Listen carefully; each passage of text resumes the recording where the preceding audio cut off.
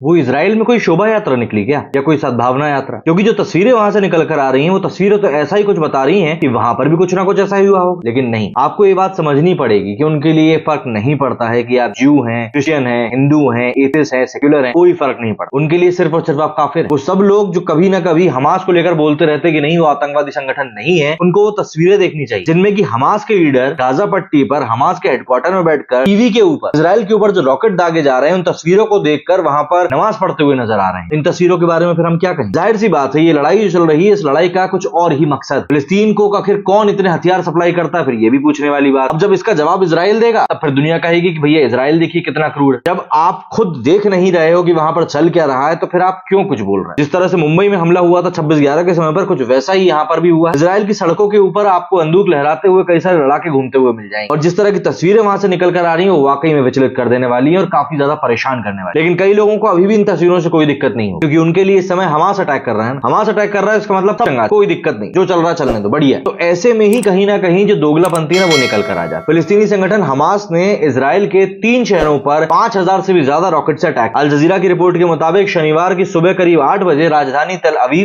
इदरत और अशलोन शहर में रॉकेट दागे गए। ये रॉकेट रिहायशी इमारतों पर गिरे हैं, मतलब कि जहां पर सिविलियंस रहते हैं, नॉर्मल लोग रहते हैं। इसमें अभी तक 5 लोगों की मौत की पुष्टि करी गई और 100 से भी ज्यादा लोग घायल हुए हैं, ऐसा बताया। मरने वालों का आंकड़ा ऑब्वियस सी बात है, जैसे जैसे चीजें बाहर निकल कर आएंगी, बातें पता चलेंगी, बढ़ता ही जाए। और हमास ने दावा किया है कि उन्होंने इजराइल के ऊपर खुद बोला है उन्होंने कि 5000 रॉकेट से हमला किया है। वहीं इजराइल की सेना का कहना है कि गाजा पट्टी से 2200 रॉकेट्स फायर किए गए। टाइम्स ऑफ इजराइल की रिपोर्ट के मुताबिक हमास ने इन हमलों की जिम्मेदारी लेते हुए इजराइल के खिलाफ मिलिट्री ऑपरेशन शुरू करने का ऐलान कर दिया। जाहिर सी बात है, इसका मतलब सीधा सीधा यह है कि इजराइल चुप तो बैठेगा नहीं। वो इजराइल जो न जाने कितने देशों को बिल्कुल मतलब छठी का दूध याद दिला चुका है, तो जाहिर सी बात है तो यहाँ पर हमला करने में अब कोई रोक नहीं पाएगा। इजराइल की सेना ने साफ तौर पर कह दिया है कि वो जंग के लिए तैयार। आर्मी ने अपने सैनिकों के लिए रेडीनेस फॉर वॉर का अलर्ट जारी कर दिया। हमास के सैन्य कमांडर मोहम्मद दीफ ने कहा कि चल रहे ऑपरेशन को अल अक्सा फ्लड नाम दिया गया। ये यरूशलेम में अल अक्सा मस्जिद को इजराइल की तरफ से अपवित्र करने का बदला है। दरअसल इजरायली पुलिस ने अप्रैल 2023 में अल अक्सा मस्जिद में ग्रेनेड फेंके थे, इस तरह के आरोप लगाए गए। हम लोग के बीच में कुछ देर में डिफेंस मिनिस्टर के हेडक्वार्टर में इजरायली कैबिनेट की बैठक होगी और उसके बाद और चीजें निकलकर सामने आएंगी। लेकिन फिलहाल हमले से जुड़े जो वीडियो सोशल मीडिया पर शेयर किए जा रहे हैं, जो वायरल हो रहे हैं, उनमें काफी ज्यादा चीजें ऐसी आ रही हैं जो आप देखना नहीं चाहेंगे। अश्कलोन शहर में हुए हमले के एक वीडियो में इमारत और सड़कों पर खड़ी गाड़ियों को जलते हुए देखा जा सकता है। ऑब्वियस सी बात है, यहाँ पर मैं आपको फोटोज वीडियोस नहीं दिखा रहा हूँ। उसका कारण ये है कि यूट्यूब भाई साहब को बुरा लग जाए, इसीलिए मैं आपको फोटोज वीडियोस नहीं दिखा रहा हूँ। लेकिन मेरे दूसरे सोशल मीडिया हैंडल, चाहे वो इंस्टाग्राम हो, ट्विटर हो,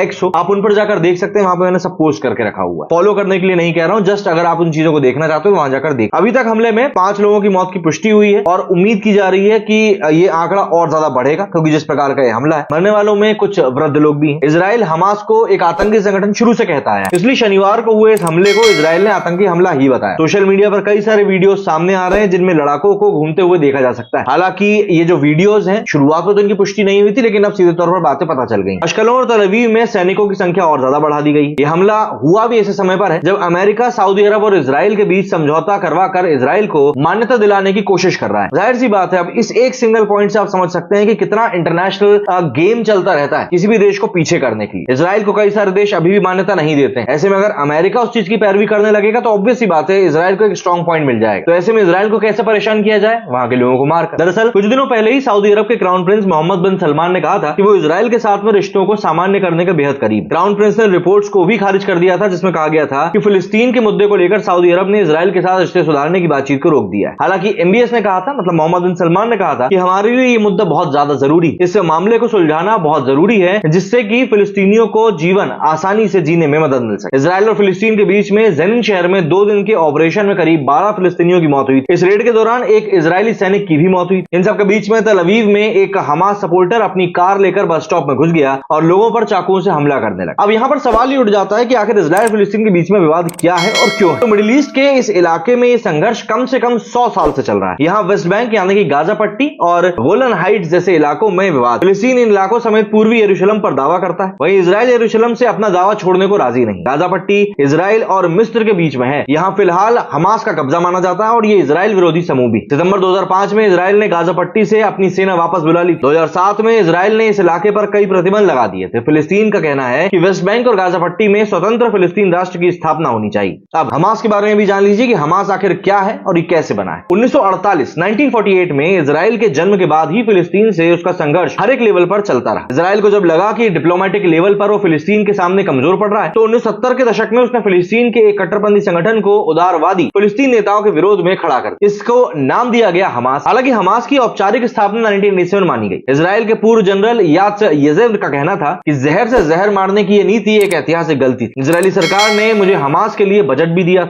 इसका अफसोस हमें आज भी। येजेव 1980 के दशक में गाजा के गवर्नर भी रहे और हमास ने फिलिस्तीन के लिबरल लीडरशिप को धीरे धीरे किनारे कर दिया और खुद फिलिस्तीनी आंदोलन का झंडार बदर बन गया। इसमें 90% युवा फिलिस्तीनी है। हमास को तुर्की और कतर से लगातार फंडिंग भी मिलती है। हमास के एक नेता खालिद मिशाल ने तो कतर में इसका दफ्तर तक खोल दिया था। ईरान भी हमास को हथियार और पैसा देता है। हालांकि ईरान शिया मुल्क है जबकि अरब वर्ल्ड सुन्नी। हमास में करीब 27,000 लोग हैं। टाइम्स ऑफ इजराइल के मुताबिक हमास में करीब 27,000 लोग अभी भी एक्टिव और इन्हें 6 रीजनल ब्रिगेड में बांटा गया है। इसकी 25 बटालियन और 106 कंपनियां हैं। इनके कमांडर बदलते रहते हैं और हमास में कुल मिलाकर 4 विंग। मिलिट्री विंग की चीफ है इज अद दीन अल कासिम। पॉलिटिकल विंग की कमान इस्माइल हानिया के हाथों में है। इस विंग में नंबर 2 पर है मूसा अबू मरजूक। एक और नेता है खालिद मशाल। इंटरनेशनल अफेयर्स के लिए वे मुस्लिम ब्रदरहुड पर निर्भर है। एक सोशल विंग भी। इजराइल के उन हिस्सों पर कब्जा करना जिनमें की ज्यादातर फिलिस्तीनी है, एक स्वतंत्र देश के रूप में खुद को स्थापित करना। कई साल बाद अब हमास इजराइल को एक बार फिर से परेशान करने में कामयाब हुआ है अपने इन्हीं चीजों को लेकर। इसके सदस्य आम लोगों की भीड़ में शामिल होकर इजरायली सैनिकों पर हमले करते हैं। इजराइल की ताकत के चलते अब ज्यादा मदद इनको मिल नहीं पाती है और हर बार झड़प में हमास को ही नुकसान हुआ है। लेकिन इस बार जो इन्होंने अटैक किया है वो बहुत बड़े लेवल का है और जाहिर सी बात है इजराइल की तरफ से इनको जो जवाब मिलेगा वो जवाब भी काफी बड़े लेवल का ही होगा। लेकिन यहाँ पर अब आप दुनिया की हिपोक्रेसी को देखिए। दुनिया के लोग जो बोलते रहते हैं नहीं फिलिस्तीनी तो भैया बहुत शांति से जीते हैं, हमास तो आतंकी संगठन है ही नहीं, तो फिर ये क्या है? आप सिविल सोसाइटी जहां पर रहती है वहां पर आप रॉकेट दाग रहे हो और गाड़ियों में जो मतलब जो डेड बॉडीज लेकर जो घूमते हुए वीडियोस निकलकर सामने आ रहे हैं ना, मैं आपको यहाँ दिखा नहीं सकता हूँ, नहीं तो आपको बताता ये लोग क्या हरकतें कर रहे हैं वहां। लेकिन बात वही है भाई, मैंने जो शुरुआत में कहा था इनके लिए कोई फर्क नहीं पड़ता कि आप कौन है, इनके लिए सिर्फ एक शब्द है और वो आपको उसी शब्द से जानते हैं, वो है और कुछ। मेरे स्टूडियो फिलहाल उतना ही। जय हिंद, जय भारत।